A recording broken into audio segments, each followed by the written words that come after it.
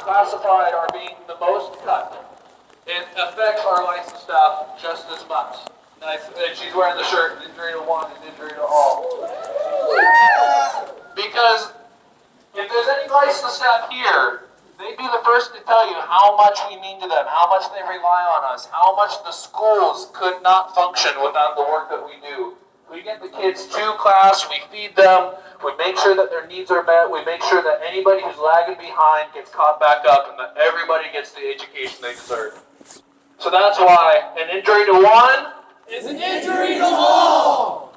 An injury to one is an injury to all. An injury to one is an injury to all. An injury to one is an injury to all. We're all in this together, folks, and we're going to get through it together, all right? Educational assistants, BBSAs, family resource coordinators, classroom teachers, custodians, bus drivers, nutrition services, and so many other positions that are at risk of being eliminated and reduced help do core, necessary functions of a school, keeping our students safe and learning. I honestly can't say the same about many of the district's administrative roles. There are so many things going on right now that can make us feel hopeless. Our local schools having budgets slashed, right-wing attacks on trans youth, children being relentlessly bombed in Gaza, and so much more. All these issues, however, have the same root, a decision made time and time again by those in power to prioritize their profits over the lives and well-being of the people.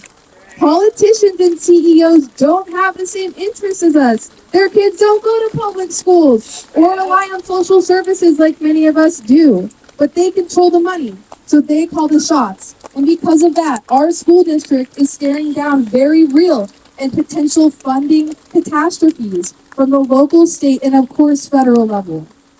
To be frank, what's happening right now is not entirely our district's admin and school board's fault, but it is their responsibility to mitigate as much harm to staff and students as humanly possible. Do better. Do better. When schools are under attack, what do? Stand up, fight back. When staff are under attack, what do? Stand up, fight back. When Bigfoot workers are under attack, what do? Stand up, fight back. When one of us is under attack, what do? Stand up, fight back. In the streets, in the fights, Workers of Eugene unite.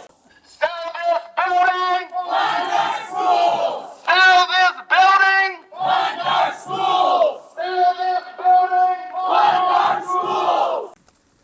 So, this is not an issue that only affects classified staff, although we are bearing the brunt of the attack. The school district is saying that they are not cutting any positions, they are just not filling vacancies from people who resign or retire. But what does that mean? How many people are going to be missing next year? I wanted to run the numbers with you guys. 13 whole special education teachers, licensed staff, 13. Over 12 nutrition workers who keep our students fed and able to learn and secure. Well over 50 special education assistants and over 60 transportation staff. This is coming after a year where over 9,000 hours of overtime were worked within the transportation district. Boo is right. I don't know how we're expected to provide an equitable or just or a quality education to our thousands of children in the school district without the staff to do that work. Chop from the top. Chop from the top. Chop from the top. Chop from the top. Sell the building. Fund our schools. By the way, there's $1 million shortfall for the title staff, and we bought that building for $3 million.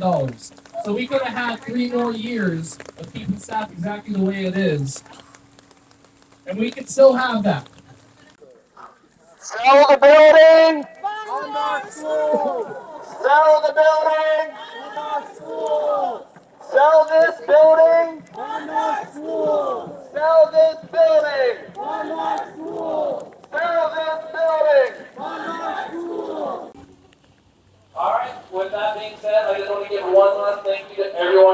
out. You guys are amazing. This is how we get shit done. This is how we protect our students and our coworkers. So go home, warm up, get some hot cocoa, some cider, some coffee, and I'll see you all April 10th for our first bargaining session.